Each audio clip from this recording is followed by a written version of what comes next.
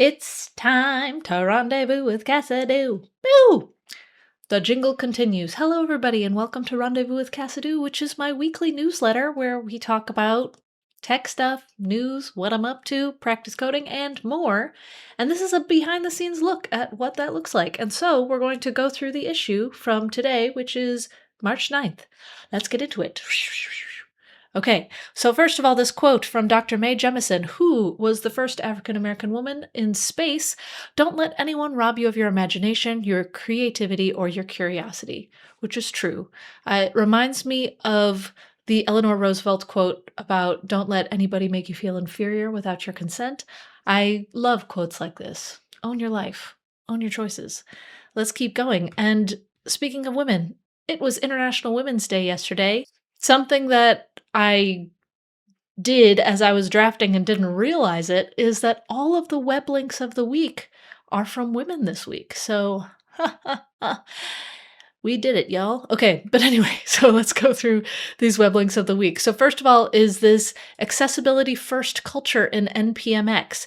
In case you don't know what NPMX is, npmx.dev is a UI on top of NPM to be able to navigate and browse NPM packages better. I contributed to it myself, and it's awesome.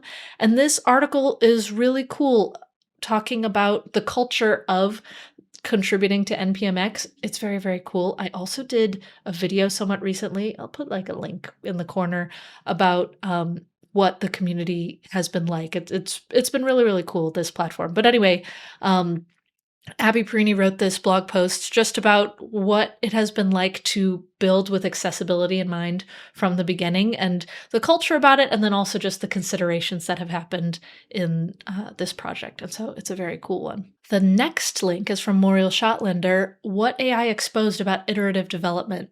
And it's a really, really cool case study look at how different AI tools, she used GitHub Copilot, Claude Code, I think Cursor, various tools, how they approach iterating in development specifically around internationalization. And AI tools are very much a mirror of what humans do, and seeing how the software teams tend to drift into certain defaults, seeing the tools do similarly, was very interesting in this article. It was a super cool rundown. Highly recommend this one. This next one is a video from Shruti Kapoor, and it's a series that she's doing about React performance optimizations. And this one in particular is on image optimizations, and images are a pain. I actually need to send this video specifically to a friend of mine working on image optimizations right now. There's a lot of cool tricks and tips that she has in here for updating your images so that they're optimized and don't slow your app down. And then finally, this post from Salma Alam-Naylor is about contributing to open source and how to make your first contribution. She also is on the NPMX team and is a maintainer and helps a lot of people kind of make their first contributions and get onboarded into the platform and into the repo. And again, it's been a really, really cool community to be a part of. And so I think a lot of my content is biased towards them lately. But anyway, this is a great post where it just talks about, again, specific tips that you can follow and things that you can do to contribute to open source. The people are what make open source great, so you should definitely take part if you are able to. Now, for the next section of things that interested me this week, I just made a lot of videos this past week. It was a very CSS heavy week, but also just, you know, I've had the camera on. I was recording stuff for work, and so I ended up recording some stuff for myself too. And so the first thing that I shared here is for work, and it's actually the video that I mentioned earlier that I linked above for NPMX. This is the download. It is our bi-weekly news show at GitHub where we just talk about the latest in open source news and in just AI and in the GitHub ecosystem. We talked about NPMX again, but then also about the new repo dashboard and the GitHub Copilot CLI going GA, which was pretty cool. The next video was my commentary just about building versus buying in the AI era, because I think right now everybody is building with AI. Just it's a thing. You may not be, I shouldn't say everybody, but everyone is building with AI and they think that they can just replace all of their tools because they can build with AI, which often is true. But then you have to deal with the maintenance aspect of everything. And so that's what this video is about. I'll stop there. You can check it out if you want to hear more of my thoughts on the subject. The answer to everything is always, it depends. The next link is a blog post and demo and video all in one. And I actually, looking at this, I need to fix the styling on my blog so code pens are a little bit more wide. But basically, I made a video where I live coded this pen from scratch, where I saw an old CSS tricks article about making wavy gradients in CSS. And I was like, oh, I should make one. And so I kind of like sketched a little thing in my notebook and hit record and started recording myself making this little diving board in CSS.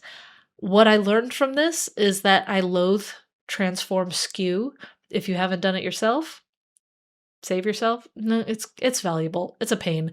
This shadow right here, this part of the diving board to make it look like it was a little bit thick, agony.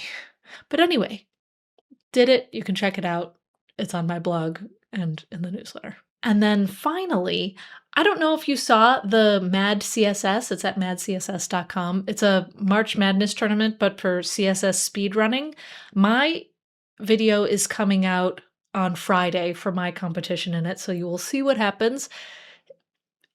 It was crazy, but I have really liked speedrunning CSS and just doing a lot of that. And a friend of mine, Ryan, who saw that video, the first round last week, was like, wait, this platform is cool. We should have more speedrunning CSS and seeing how people can build things platforms. So he made a platform and I tried it out and it was pretty cool. I was speedrunning this. I had to make this UI in 10 minutes. I think I could have done better. After I finished it, I was like, oh, I should have done this and that. But anyway, it was fun. You can see that little speedrun on there and check it out at cssdaily.dev. And the last thing here is the latest version of Fancy Gist. In case you missed it, Fancy Gist is my markdown editor on top of GitHub Gists, and I added some new features, an emoji picker, a table of contents / commands, and then links to headings and privacy features. So if you go to fancygist.com, you could, for example, say heading, I'll say hello world. You don't have to use the / commands, but if you do /, it has that there.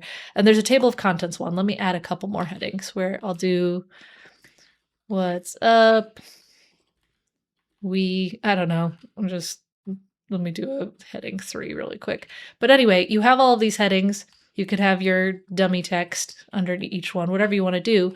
But now if I do /toc, it generates a table of contents based on those headings. So that's kind of fun. But then also, if I put it into preview mode, each of these headings now has a link, just like on GitHub Gist. So you could copy the link by clicking on that little link icon, and it'll link to that and it'll smooth scroll to that if you're sharing a gist this way.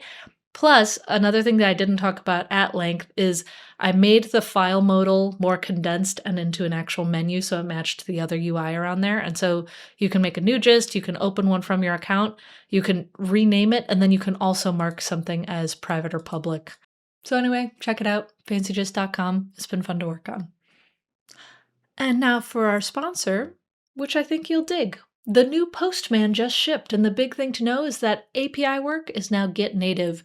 Your specs, collections, tests, and mocks live in your repo. They go through branches and PRs just like your app code. And it sounds so cool, but wait, there's more. Agent mode has full context to all of it, and so when your API changes, it coordinates the updates and keeps everything in sync. Your local tests are the exact same ones that run in CI. It's all in one workflow with no rewriting. You can check it out on Postman's website, and the link is in the description. Add. And finally, the interview question of the week. Last week, I had you implement the Boyer-Moore voting algorithm. That one was very fun because it's not the most intuitive algorithm in the world, but it's also not too challenging. That was basically the commentary I got from everyone. Some people were just like, oh, this was easier than I expected. And a lot of people were like, I would not have come up with this on my own. So anyway, really good responses in there. Now for this week's question, this one, shout out to my husband Joe for writing this one. Given a string S consisting of only the letters A and B, you can swap adjacent characters any number of times, but you have to return the minimum number of adjacent swaps needed to transform the string S into an alternating string, so like A, B, A, B, A, B, B, A, B, A, B, A, or you return -1 if it's impossible. I thought that one was kind of fun. You can see an impossible one is when it's like A, there's no way to have that in there. So it's the number of letters have to be equal, but then you also have to, do the swaps. And if you'd like to submit your answer, you can do it on Blue Sky, on LinkedIn, Twitter, respond to the email, Mastodon, or in the comments below. And then finally, for some cool things around the internet. The first one is just the shortest post ever, but I thought it was very real, nerd osmosis, where it's the phenomenon where you pick up some knowledge about something that you're not super interested in just because you're around so many other people. I feel like that is a thing that I've definitely been into. For example, I know a lot of really, really specific things about like ping pong. I cannot play table tennis. I am not coordinated, but my husband plays, and thus I know about it. Same with Dota. He plays so much Dota, and so I can say, like, your middle tower is under attack, and the various sound bites that come from it just because I've heard about it a lot. Anyway, I thought that was very real. The next one, ooh, this is such a cool keyboard. I love that it has a little dial on there as well as low profile keycaps. This is a really cool build log of this keyboard where it's got like a little screen under the hood. It's just so cool and very, very DIY. It's called the Ground Control 40. You can check this one out yourself. I just thought this was a really cool keyboard. The next video was a professional trumpet player trying the 5 cheapest trumpets from Amazon. This little small one, I actually have that one. And it's a pretty good trumpet. He is way more talented than I will ever be. In case you don't know, I do play. I am out of practice. I have 2 young children.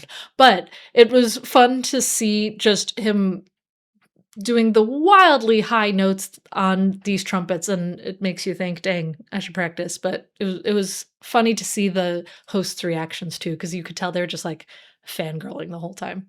And speaking of fangirling, this last one is a live version of Untouched by the Veronicas. The violins just woke me up from a slumber, and I was ready. I was so hyped listening to the song. I think I've listened to this video at least 5 times in the past 24 hours. It's just been getting me pumped. I love the song Untouched in general, but seeing it live and hearing it live and how they did it, it was just a blast of the past. Is it a recession indicator? Probably, but I loved it. And finally, for the joke of the week, courtesy of my toddler. Why did the cow go to space? To go to the moon. When she first told me that, I thought it was very, very cute. But anyway, that's all for now, folks. Be safe, make good choices, and go on a walk. The weather's getting better. At least I hope it is in your neck of the woods. See you next week. Bye.